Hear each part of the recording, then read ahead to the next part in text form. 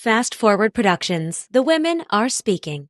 What's up, guys? Welcome back to another episode of the One Broke Actress podcast, an honest account of actor life plus a few lessons I learn in the process. I am your host, Sam Ballantyne, and those of you who are listening who have been messaging me, I'm too old for this job, I'm 27, I'm 32, I'm whatever, I can't do this anymore. This episode is for you.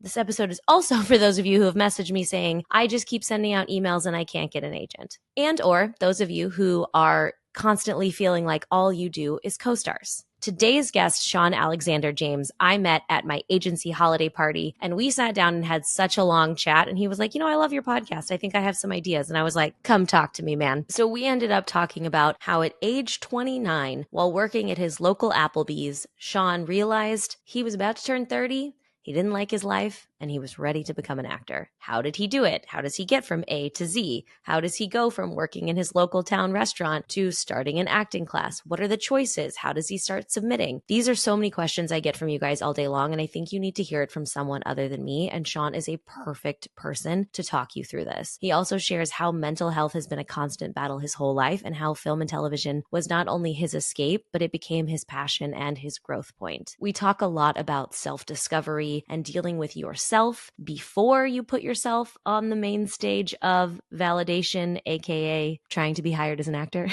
And we also talk about how he got his current agents, who are also my agents, funny enough. You guys are going to really like these stories. We delve into how to become a recurring on a show, how to take a co-star and book more episodes. Sean goes very deep with us, and you guys are going to love this episode. So without further ado, please enjoy Sean Alexander James. So my guest today is on the show not just because he's an up-and-coming actor, but also because he entertained my husband for an entire holiday party with our agency. Sean, thank you for being here. And thank you for talking to my husband. Thank you for having me. And I'm happy to have been able to talk to him. He was just this month I'd get a nerd as I am. So he's got that just a little enough. It was perfect. Why don't you give people kind of a lay of the land for you? I love these kind of episodes because a lot of times I have the joy of bringing on actors who people may already, like we know them by their first name or something like that. And to have a conversation with the actors whose career we're chasing. I'm chasing your level of credits right now. So give me the lay of the land of who Sean is. Sure. Yeah. I have been in Los Angeles for about 8 years now, just over 8 years. Moved here in fall 2015. I'm originally from DC, Maryland, Virginia area. It's actually referred to as the DMV. There my entire life. Grew up a fan of movies and television and cartoons and was just enchanted from a young age. It kind of was my escape, if you will. I've always been a fan of the visual form of entertainment. My parents, they got away with some stuff that probably parents can't get away with today, and that being that they took their grossly underage child to the movies. See pretty much every movie, no matter the rating. I was like 6 years old, 7 years old, seeing RoboCop and Predator and Aliens and Dracula. So yeah, because of that, I saw probably the best and greatest movies of like the last 40 years, and it sure did leave its impression. That's for sure. The way that something you can watch or see or hear, what it can make you feel, and how it can take you to a place that you wish that you could go in your regular life. And I didn't really make the decision to do this until I was about 29, which is crazy, to think about, considering how young people start, how long this could take. But I think it was always there, even at a young age.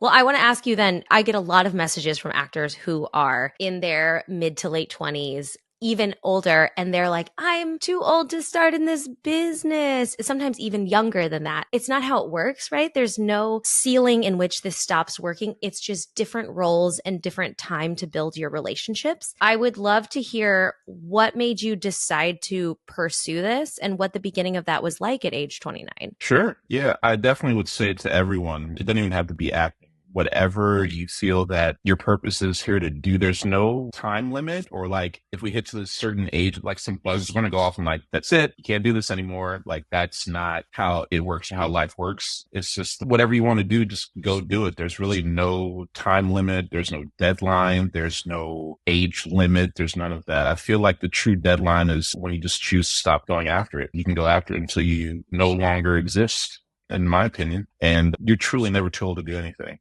including something as wacky as this. For me, starting that late, I kind of was like, oh man, this is actors normally start, when they're, 15, 16, they're in high school. They do like, high school plays and theater camp, and they go to college and get BFAs and get $70,000 in student loan debt and all this other stuff. And that wasn't me. So it was a little different for me. And I was like, am I too old? And then I came to that conclusion that you're never too late to do anything in life. And especially when you feel like it's what you're here to do, because I feel like ever since I made the decision to go forward in this, that it never felt like I had a forced decision. It never felt like it was like an effort to do anything. I never felt like I had to really like try hard to, other than, becoming as good as I could possibly become. Other than that, like I never had to force myself to do this. And I feel like those things are signs that this is what you're supposed to do. And it's been like that since day one for me. And once you find what it is you're here to do and what you're supposed to do, that old expression, it doesn't feel like work, is so true. Especially this industry, what we're trying to do can wear on you, and the things that come with it can really be grueling, really be arduous, and can sometimes feel like work. When you get to the crux of it, it's just fun. Yeah. What were you doing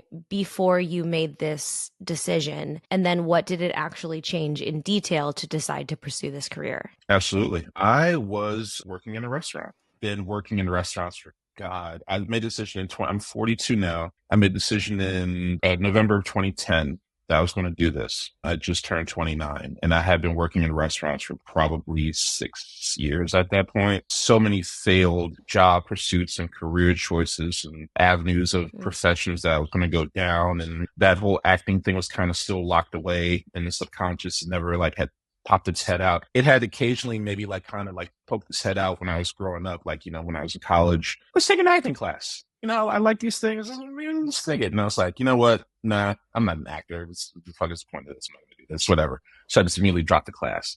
So things like that would happen where, kind of starts like, maybe you should go in this direction and be like, nope, I got to have a normal job and be, work towards retirement, 9 to 5, and 401k and all the stuff that, normal humans should do as opposed to this. It kind of hit its peak at like when I was 29. And yeah, I was working in the Applebee's back home. I had no future whatsoever, went to college, had a degree that I was not going to do anything with. And I was very unhappy and lots of things going on with myself. And so at that point, I wasn't fully in control or grasp of all my mental health issues and getting that under control and, just trying to be an adult and just trying to find my place in the world and all those different things. It was the literal fork in the road. And I just happened to get a friend of mine. Her name is Misha. I affectionately refer to as Mushi. She came to work with me at my restaurant. She had just started there around like November, like Thanksgiving time. And she had a history in the arts, whether it be dancing, singing, performing, whatnot. And artists can tell other artists, like artists, whatever the medium is, have like a certain way to carry themselves. And she could spot me from a mile away because I just had that personality. She clicked on that immediately. And I'm just going through all these things outside of work. And it's like, what am I going to do with my life? What is my life going to amount to? I'm almost 30. Oh my God. What's like, have I wasted everything? Am I too old to this, that, and the other? And she just unprovoked was just like, you know what? I feel like you should get involved in something, whether it be like stand-up comedy or like acting or like some type of like arts thing or like performing or something. You just have that like personality. She kind of like hit the right button at the right time. And that was just that moment where like the dam broke and like that subconscious part of me came out and it's like, you're right. Yeah, I should totally be doing this. Like it literally was like a light bulb just like clicked on. It's like, oh shit. Yeah, I should be doing this. And then I just kind of like hit the ground running from there. I made a post on Facebook at the point, which is still not like Facebook today or like Instagram today. And I was like, guys, I know what I'm going to do. Oh, I remember. I'm an actor. Yeah. So guys, I know what I'm going to do. I'm going to become an actor. I'm going to LA and I'm just going to go do this. I'm just going to go do this. Yes. Okay. Ready, break. And January of 2011, I was in drama school. So it kind of was just like off to the races from there. And I haven't looked back since, really. It hasn't felt like work since. So I made the right decision because it's really, truly what I was here to do. And it took just all those trials and tribulations to get to the point where I like really listened to what actually, was inside me and what was telling me all along. Like, this is what I was supposed to do. Like, I finally saw the forest. opposed to like looking at the trees. And I haven't looked back since. There's a lot of actors who are listening to this right now who maybe haven't jumped into this game, who are maybe listening from a market and they feel like they can't move to LA. They can't announce to the world they want to do this. So I want to know, when you made that choice as someone who was living in your town, who was working at Applebee's, being like, hey, I am going to move to LA and I'm going to pursue acting. What was the next steps you took? And also, how did people react? How you would expect. You sure you want to, like, is that really what you know, that reaction? I got that in spades. It just didn't deter me. I knew that this is what I was here to do. Like what I said earlier, when you know, you know. And like, I knew that, oh, this makes sense. This is what I'm supposed to do. So I just couldn't be stopped at that point. Like, I just couldn't be stopped. Like, the jack was out of the box and wasn't going back yet. And so the next steps was, okay, like, I want to do this. I want to make this a career. I want to make this a profession. How do I become good at this? And I was like, well, most of the actors that I love, what they did is they did theater, or they went to like a drama school. So I'm like, okay, let's look into theater. Let's look into drama school. So DC is right there, well-known area for the arts, one of the biggest theater markets in the world, and great drama schools and programs. So I just literally did a Yahoo search, like a Google search for a drama school, found this school in Northwest DC called the National Conservatory for Dramatic Arts. I went and went and met with the one of the heads there. Her name was Nan. She was great. And then I went and checked out a play there on the school property, if you will, because it's your traditional like acting conservatory, the basement of a church. They got their own space down there. You wear all blacks. You learn the basics. You learn the movements and the voices and the folds. It was everything you could think of for a drama school. That's theater based. Yeah, I was like, all right, let's do it. Like, yeah, so we're like an actual school. You get a diploma, student loans. I'm like, great, I already have student loans. What's the problem with more? The studio will pay for it one day is my thought process. Did you continue working your day job during that too? I did. I tried to make it all work. I was like, okay, I'm just going to work at this restaurant. I'm trying to keep the bills paid. You know, I was sharing a house of 3 people at the time, really grassroots. And I was like, but I'm going to do this. I'm going to make it work, whatever I got to do. So I started drama school in January, and I studied there for about 6 months, learning everything, you know, very Stanislavski. And I got to actually do my first play, which went really well.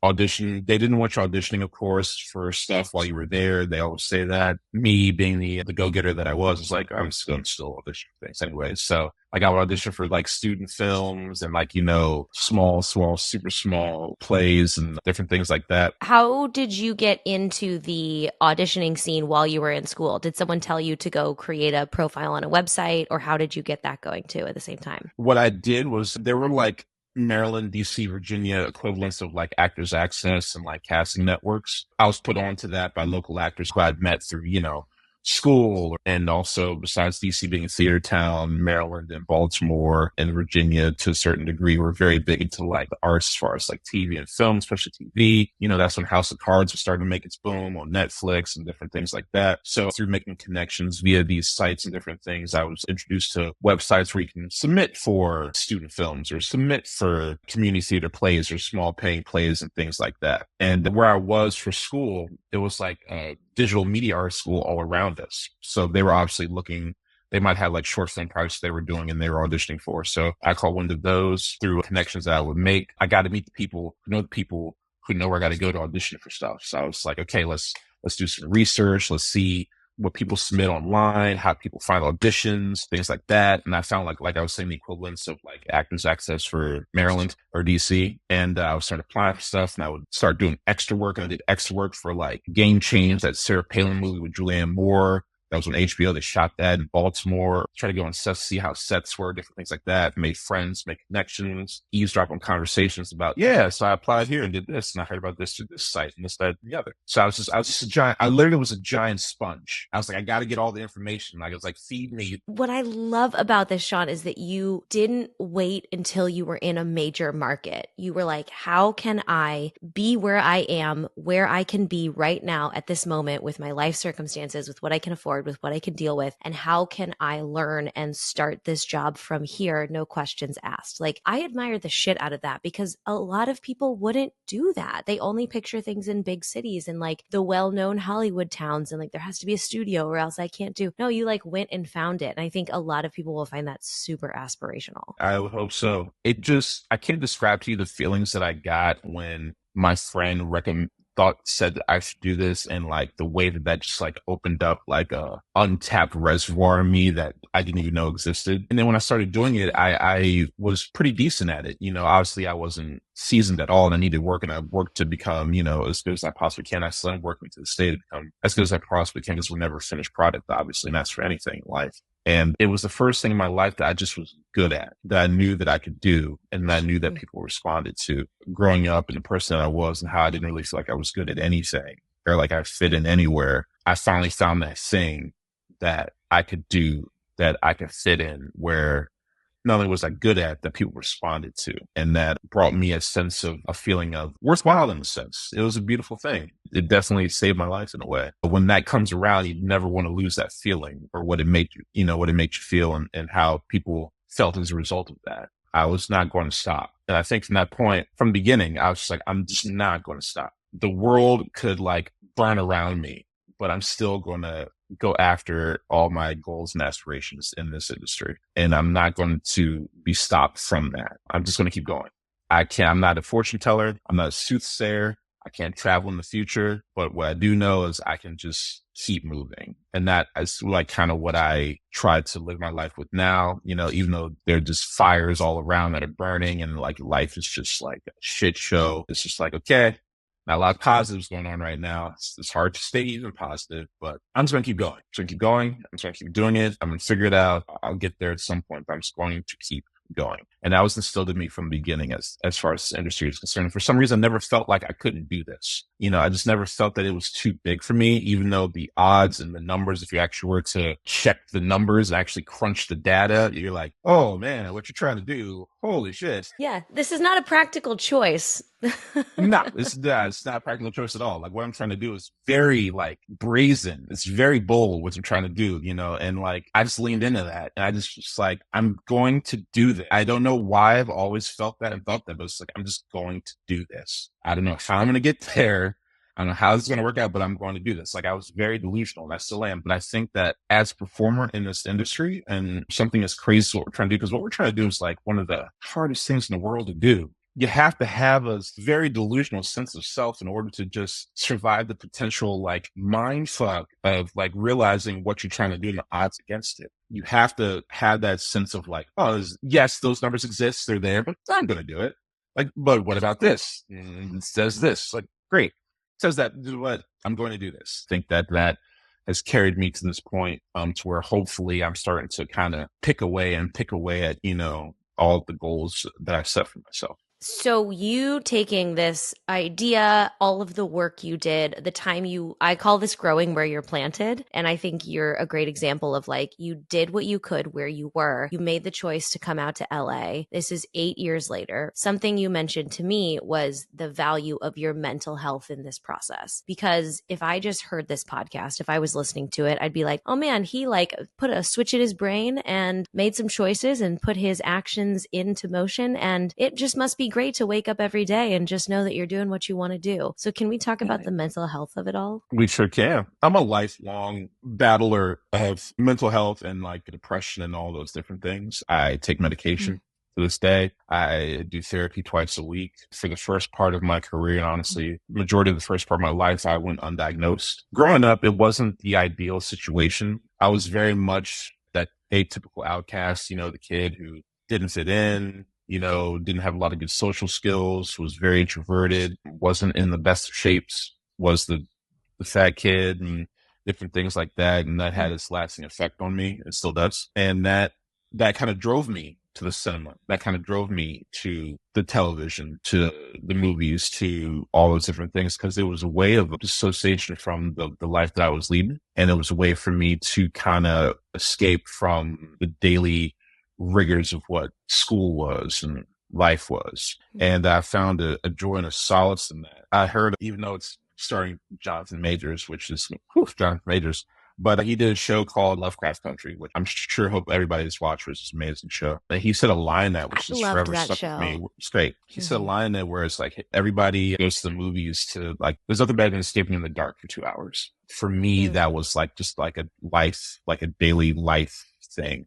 Escaping in the dark for 2 hours, whether it be like a 2-hour movie, half-hour cartoon, hour-long TV show, just like that mode of escapism. And also not just escapism, just a way for a mirror to be like kind of like pointed back at me, showing the life I wish I led or the type of person that I wish I was, that I wasn't. Whether it be the hero, the strong guy, the in-shape guy, the guy who got all the girls, the guy with the powers, the guy who people adore, the guy who dealt with bullies, the guy who dealt with the bad guys, like art in that form and that medium is just like really like it's just a mirror back on society as far as like, the daily struggles of people, I feel, and what people have to go through on a daily basis to kind of like be their own person and like the different archetypes of people that you want to be and that you feel like you wish you were. And I wish I was those people. I mean, who knows where I would be right now if I would even be here. People talk about how music has saved their lives. I've heard of many bands that I like where music kind of truly in a way saved their life. And I think that this saved my life in a way. I was able to kind of like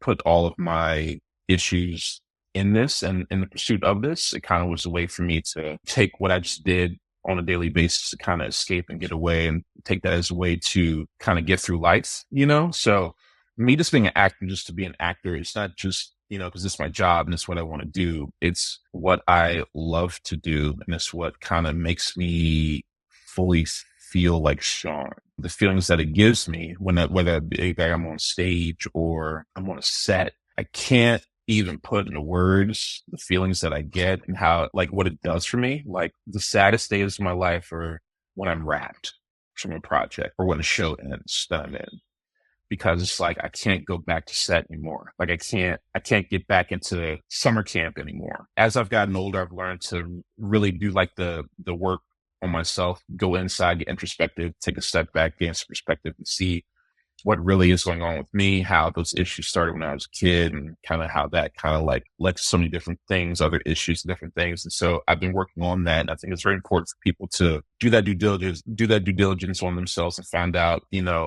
as much about themselves as they possibly can. And if there is something that affects them, to kind of delve into that and see what they can do to learn to accept what has happened and accept that part of them, but learn how to take action and move forward in spite of that. What's transpired really doesn't define or determine how your life's going to turn out. It really is your response and your reaction to what has happened, how you take that, what you cannot change, and use that going forward, because time travel, like I said, doesn't exist for a reason. There's really nothing we can do about it as much as we would like to. So I really feel it's important for people to do that legwork on themselves and really accept what has happened and, for what it was and how there's nothing really you can do about it. But what you can do about it is how you choose to live your life and move forward throughout your life. And so that's very important for people to do and be open about it too, because a lot of us aren't open. And I feel like people are dying from this. And it's just like, I feel like even if I had to be more open than other people or just completely be very transparent with what I'm going through, maybe that'll trigger someone to be more open. That'll trigger someone to be more open. We could actually start talking about this and not try to like push it under the rug like we have been doing for the last few decades. And yeah, so that's kind of what I do to battle that mental side of the aspect. But, doing what I love and doing this definitely helps just as much because again, it makes me fully feel like myself, because I feel like we truly don't have fully permission to be ourselves until like we're on a set or like doing a play, because you truly have been given permission to just kind of like be. And, for the first time in my life and other people's lives, I'm seeing who's gone through this process, like you get to be when you're playing a character, you get to like truly just like let loose and just like not have to put on a facade or hide a part of you. You can just like let go and be like, my hair is finally down for the first time. Yeah. This career does not lend itself towards positive mental health, because all of the things you're saying are great when we get to go do them. When we get to go be on a set, it feels like magic. When we get to go dive into a dense audition, it feels like magic. And a lot of actors who are listening to this might not have done that yet. Or like, I haven't been on a theatrical set in a couple of years now. And I'm super open about that because I think it's important to hear. And that's the business. So how do you manage your mental health knowing that it's a specific focus for you in a job that doesn't lend itself to validation? Yeah. I think the important thing that you have to come to, which I'm slowly coming to now, is that this doesn't define you. And what defines you is truly the person you are and how accepting of your life you are as well. because whatever goals that I might have or someone in this industry might have or someone who's trying to pursue this might have, those goals within this business will not bring you that thing that you're looking for. I know for me, it's a sense of like feeling like you are somebody, like you're accepted, like you're part of the club. You're let into that proverbial treehouse. You know what I mean? Like you're allowed in, like, yeah, you're one of us. Come on in. Come on, just come on in. And that validation of you as a person. And what took me forever to do up until literally recently is to understand that that doesn't happen. You have to do the work on yourself to find the validation in yourself, regardless of this, like regardless of what may happen, what results may come, you're happy with the person you've become and what you've done in your life. And that really speaks to enjoying the process. It's hard to enjoy the process when you're like stuck at a restaurant job you hate and like not having a good time and can't get an agent, it's like and then everyone's like, enjoy the process. And you're like, I'm miserable. Yeah. It's like you're in a living hell and you're just like, I would love to enjoy this, but I haven't had a theatrical audition in so many years, or I haven't done this, I haven't done that. It's so hard to do, which is why it took me so long to get to the point where I'm starting to like kind of scratch that surface. I'm not even fully there myself. But I really think that as much as we're driven by the result and what will come from the result, that's not the most important thing. The most important thing is the journey and what is learned in the journey, what you learn about yourself through this journey. And just, you can't tie yourself to the result. Like my motto this year is have fun and just make some interesting choices. That's it. Everything I do, whether it be an audition or whatever that involves me having to make a decision, look, Sean, have fun and make interesting choices. Don't be attached to a result. You want the result to happen. Yes, you do. Absolutely. That's what drives you every day, is to get to that result, to get to that goal, to get to that end game. But I feel like you're not fortunate enough at this point to be working towards that or be at the place where you feel like you're starting to scratch your way at that. A, that doesn't mean you're not going to get to that point, because you can absolutely get to that point if you keep going at it. But B, you have to realize why you're doing this and what you're doing this for. You got to remember your why. Everybody always says that, but it's true. You got to remember why you're doing this. And for me, I'm doing this because I've never had more fun in my entire life than when I do this. I've never felt better about myself than when I do this, or I watch other people do this and it makes me feel something in return. And I gotta never forget that. I can never forget my why. And I gotta remember that this industry is just like people who make it when they're like in their 20s or their early 30s, like the number of those people compared to the number of people who make it in their 40s, 50s, and 60s is just like dwarfs the other one. You know what I mean? It goes back to what we were first talking about. It's never too late to do anything. And if you just keep going, like I was talking about earlier, if you just keep going, at some point, I can't tell you when, I can't tell you where, I can't tell you how, but if you just keep going, at some point, someone with just a little bit of modicum of power will see the work that you put in, give you an opportunity. You've been prepared because of the said work that you put in, and you'll have a chance to live out what you've been wanting to live out for all these years. So you just have to keep going. But while you keep going, you have to truly do that work on yourself and realize this is supposed to be fun.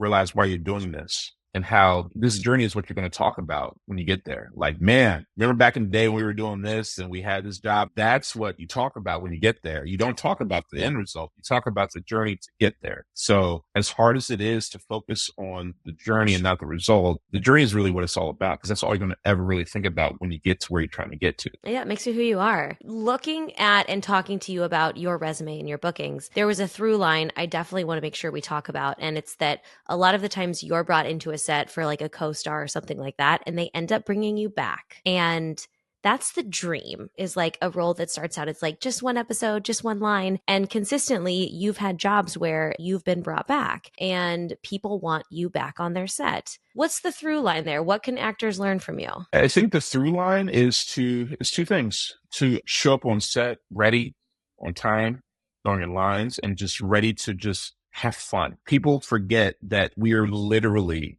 getting paid to play adult make-believe. That's what we're doing. And I think people forget that because they view it so much from the job lens, which it is. It's a job, 100%. But really, guys, when we break it down, what are we doing? What are we doing? It's like pro wrestling.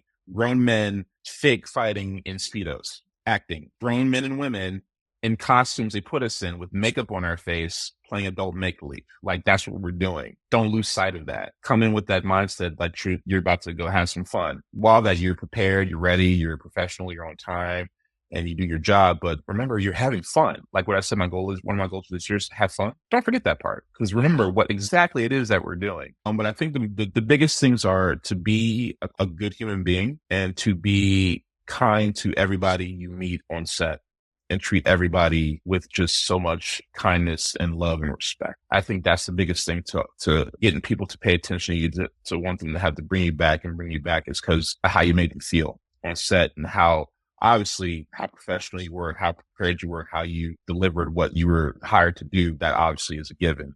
But I think more importantly than that, the type of person you are and the vibe that you brought to set and how, you made everybody feel, whether it be makeup, grips, gaffers, lighting, your co-stars, whoever, the person who's like prepping food for lunch, however you make everybody feel, treat everybody the same, treat everybody gold. And I feel like that is what the biggest thing is, because I feel like what has provided me the opportunities that I have is that I try to be as good of a human being as I can. I think that's the most important thing. I think that is lost on people. It's just like how good of a person you are and how nice of a person you are. I think that lends itself to you keep getting to be brought back and be brought back. And that comes back to taking care of yourself so you can show up without a chip on your shoulder when you go to set, right? It comes back to everything you were saying before. And I want to know for you, what does it mean to show up to set prepared? Sometimes it's like 3 lines. So what does prepared mean for you? I think prepared is both a mindset and a physical action. I think mindset wise, it's no matter if you've had 1 line, 2 lines, 3 lines, maybe a page and a half, you on like one of the leads. It doesn't matter. There's no small roles, only small actors. That's a thing. That's very true. And I feel like if you get into the mindset of like, God, I'm not doing too much, you're already losing right there by doing that. And I feel like you have to come in and be like, they hired me to be part of this set. Like, I'm part of this. If they just needed anybody to say these 2 lines, they could have just pulled someone off the street, whatever. But no, they went through like thousands of people. And I went through like these auditions and I was cast in this role because they needed this role, me to do this role, because this role is a part of this episode or this movie that they're trying to make go. Like, I hold a cog in that. And you have to go with that mindset of like, yeah, I'm doing 1 line, but this 1 line is crucial to the overall project, because if it wasn't, why would they have gone through all these measures to cast someone to do it? So that's the first thing I think of is like, they wouldn't be paying you if it wasn't important. Exactly. This role is not too small. Like, this role is supposed to be a part of this, and it's meant to be a part of this, and it is a crucial part. It's an important role.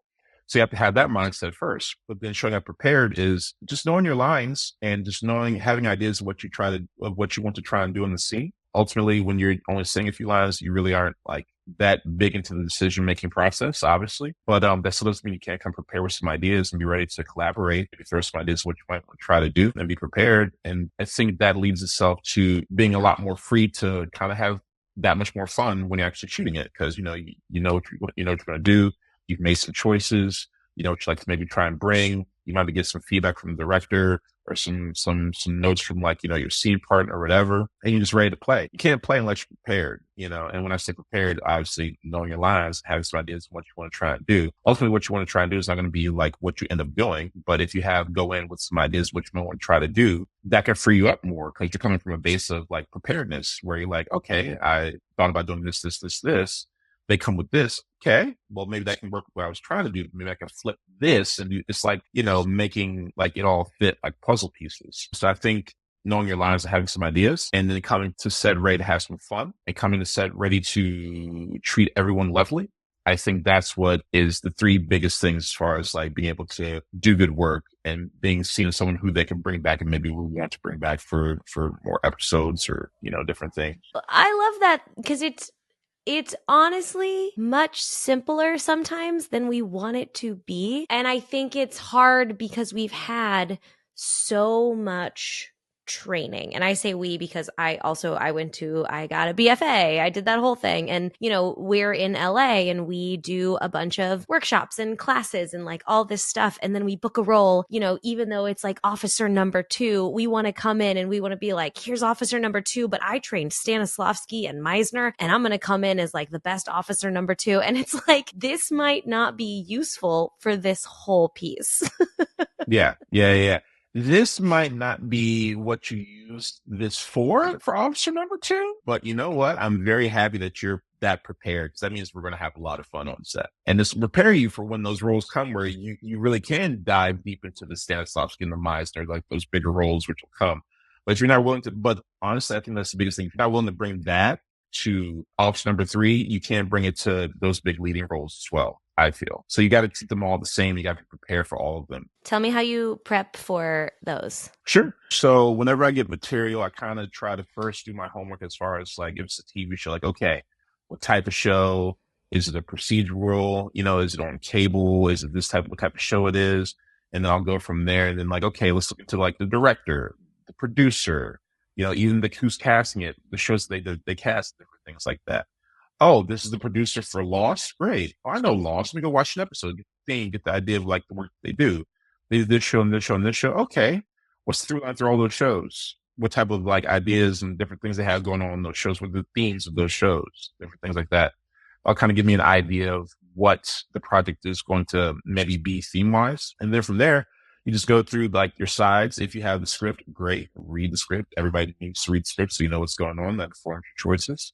But most of the time they don't give you the scripts. You kind of have the sides to go off of. So from that point, you just kind of delve into the idea of like, okay, so Damien Lindelof produced this show. He did Lost. He did like The Leftovers. He did Watchmen. Those kind of have the same theme, this whole, this, that, and the other theme. Okay. You have that mindset going into the project. I'm going into the sides, and then you kind of break it down and kind of get the idea of the story, like what's actually happening in the sides and what's the story that's being told here. Where's it start? Where's it go? Where's it end? And then you kind of just do your actor things from there. Where am I starting? Okay, well, that can obviously be where I end. So where do I end? If this is where I end, and I can't start there. So that kind of gives you like a good jumping off point, because you can't start where you end and you can't end where you start. And then from there, you get your thoughts together. Thoughts are a really big thing for me as far as like doing scenes and sides and auditions. It's like, what is this character thinking in this moment? Because I find that playing a thought is probably, I don't want to say the easiest thing, but it's like everybody can play a thought. Like, what's hidden under the line? Like, what's this person thinking underneath this line? And that could just be like, oh shit. Like, that could literally just be your thought. Like, oh shit. And just even saying that out loud, that kind of dictates how you're going to say the line. It's like you're talking to someone, they're like, actually, I killed the butler. And then your next line is like, you did what? But like your thought is, oh shit, you did what? So that kind of like dictates how you say the line going forward. So I think that those things are like what's most important. And I feel like the camera picks up on what you're thinking, like I'm big into like the eyes and like what this is telling you without speaking. Like I'm really big into like non-verbal acting. What are you doing when you don't have to say anything? What are you doing when you're maybe like in the background and they happen to actually be catching you in the background? Like if you're doing like a Tarantino film and it's 70 millimeter and it's like a recorded play and like you're not the focus in the scene, but I can see you in the corner and like, what are you doing in this scene to like maybe help drive the scene? So what's going on here? What is this telling me without you telling me something? Because you could tell a lot without even, like House of the Dragon is a great example of this, because I love watching shows like House of the Dragon, because they literally will have episodes where like 8 people are in a room looking at each other, not saying a word, and I'm like captivated on the edge of my seat because they're telling me so much with how they looking at each other. That is like one of my favorite things. It's just like, what can you tell me without telling me something? What is this telling me without you actually speaking words? That I feel helps drive good storytelling. Is like, what can you tell me without telling me? So I really look for those moments when I'm breaking down like scripts and sides and things like that. Like, what can you tell me based off of what you're thinking? Like what your eyes are telling me, like what your face, like how your eyebrows like flare when you say this, or like when you think this, or like how your mouth might quiver when you're angry, or different things like that. Like, what are the minutia of like those like nonverbal things that you're doing? What does that tell me? Like, I'm big into nuance. Like, like if you like form this character and your character might do this thing, like, oh, I see what you did there. Like, you just did that because your character would do that.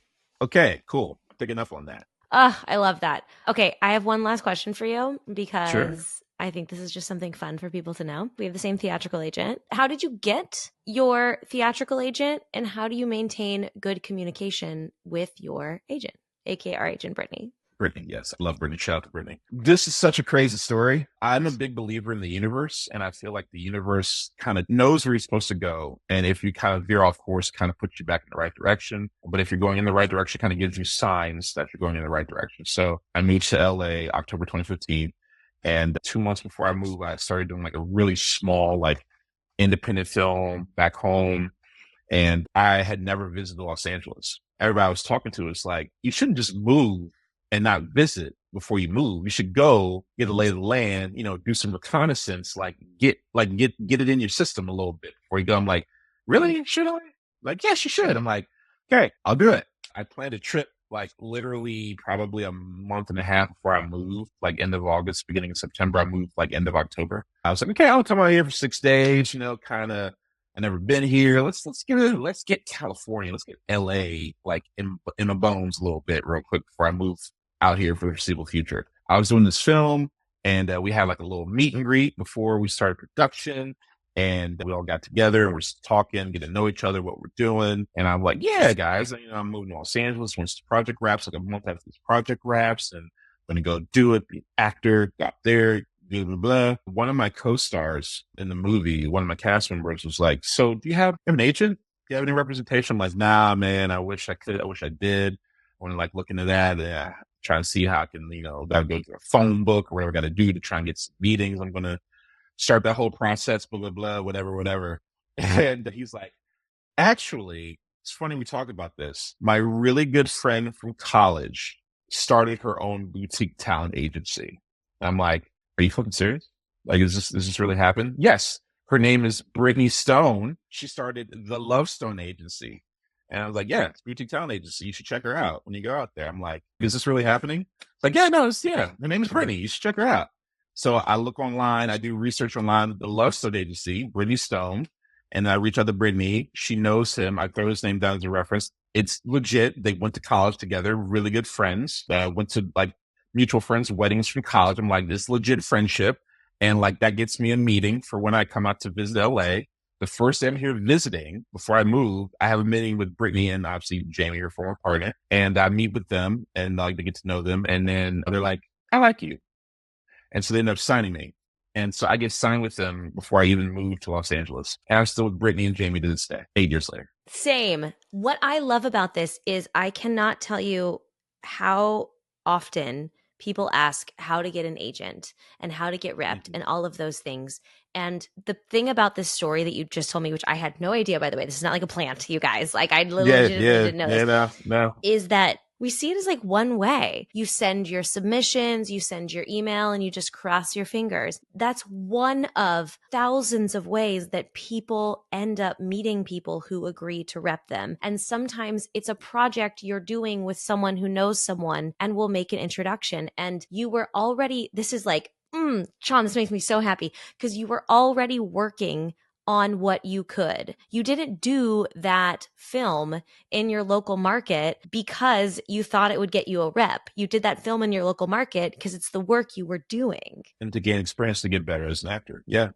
It's so true. It's like you have to just keep going. Like, why are you doing this? Why are you becoming an actor? Are you becoming an actor to be famous, or are you becoming an actor because you love acting? I did it because I love this more than anything. So anytime I got to do it, was a chance for me to not only do it, but to get better at what I was doing. So any chance you get to get better at what you're doing, you're going to get that much better. And people see that. People are always watching, guys. People are always watching. All your work is always being watched. Like the young lady who just got cast as James Gunn just cast as Supergirl for the new DCEU or whatever. She was a young Rhaenyra in House of Dragon. And I was just like, yeah, I saw her in House of Dragon. I'm like, oh, she might be able to do this, that, and the other, or like, when Karen Gillan got Nebula, like, oh, it's Amy Pond from Doctor Who. Like, yeah, okay, cool. Let me check out the tape. People are always watching. So always try to put your best foot forward. Always try to get better and always try to do your best work because people are always watching. And those people who are watching might be able to give you that break that you're looking for, So always be working to work and to get better because people literally are always watching or will be put into your atmosphere, who make those like game-changing choices for your life. So always try to get better. Always try to do the work. It's all about the work. It always comes down to the work. That's why I don't believe in like nepotism. Like I get it how last name can open a door, but that's literally all it does. That person has to walk through the door and actually make something happen. Because again, when it comes down to it, when the lights are on, when they yell action, or when the curtain comes up, can you deliver the goods? Can you do the work? It always comes down to the work. So if you can do the work, you're giving yourself a really good shot at making your dreams come true.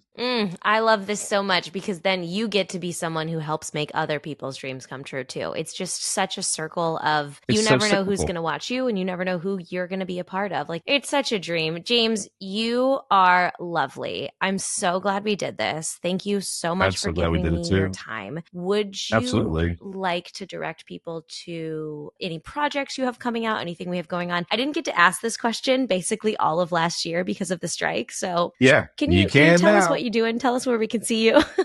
Sure, yeah. So I recur on two shows. I recur on the morning show. I popped up here and there the first three seasons. I got renewed for a fourth season. So we'll see if they bring me back. Hopefully they will. And thankfully I got to do an episode in season three. I got to actually work with Greta Lee, who's doing great things now, obviously. And it's just an amazing experience. That started with one episode with one line, and that grew into like I've done like maybe 9 to 10 episodes now of that show over 3 seasons. So again, just doing good work and just being good to people that get you there. And then at CSI Vegas, I did the pilot, like one scene a pilot, and again with what I try to do on set, I grew into 3 episodes of the first season, and they're bringing me back for their season premiere. So I'll be in the season premiere of CSI Vegas that drops February 18th, I believe at 10 p.m. I pop up in there. And other than that, just, starting to audition again with the strikes over, contract signed, starting to get back into it again, with commercials on avail for commercial right now, different projects, the offices start bringing back for the things I've already auditioned for before. And it really just comes down to just trying to get better. But like my mantra, have fun, guys. Have fun, make some interesting choices, and just let the chips fall where they may. Because again, it's about the journey. And when you get to the result, all you're going to really ever talk about is the journey to get there. So that's really what my focus was this year. Sean, thank you so much. Thank you, Sam. This is great. I'm so happy I got to do this finally. Me too.